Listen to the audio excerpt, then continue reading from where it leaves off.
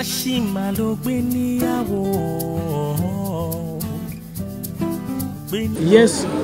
performing musician session of Nigeria.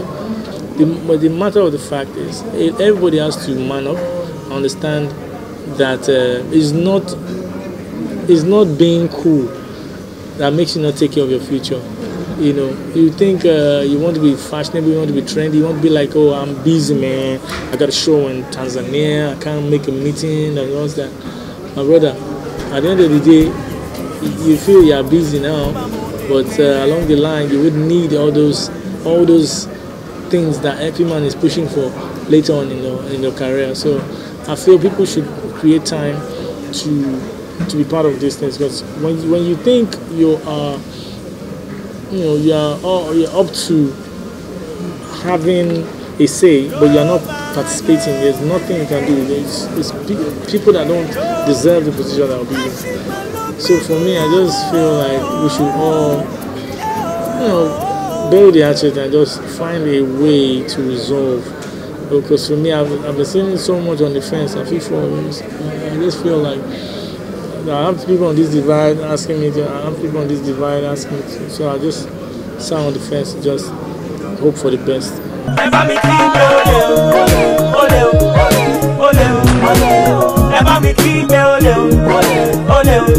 Your song, Ebami Kiboli, address issues of corruption, and other issues.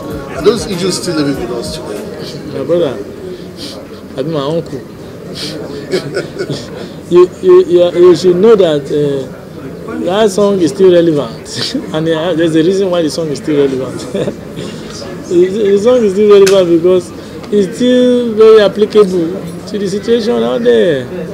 How many $1 billion stolen here and there, So most definitely, I'm not happy. I'm not proud that the song is still relevant or applicable, because I had hoped that by now things would have gotten better. Orientation of course, it's the youth. The future is not these people that have done us wrong.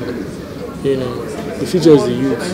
And because we are, I won't say we are from the pity party, but we blame so much. We kind of like blame the situation of the country on these bad leaders and what they've been, what we've been doing for more than 4 decades or 10 or 3. But at the same time, how well are we prepared to be leaders? The new generation. Even with the not too young to run. No, this one is just starting. It's starting a tad bit too late. Yeah. I know some presidents in Nigeria that ruled us when they were 20-something. So but even with that, just like you are giving them, but you didn't allow them prepare for that when they were 10 years old.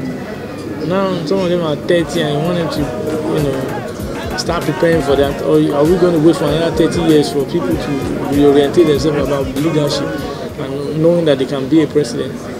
So for me, I just feel like, yes, they are applauding the bill, but at the same time, I just feel like the people themselves, the youths, are they ready? Are they ready? Are they well oriented? The orientation they have, do they see themselves as leaders? That's the thing you have to understand. I really am scared. I hope that they change or reorientate their minds about always wanting fast money, fast life. And there's so many things that over the new generation, which need to be readdressed over a period of time, through music, through cultural shift, through different things. I don't blame them too much because of what they've seen from the bad leadership, as eating into the minds of people. And everybody's trying to swindle everybody.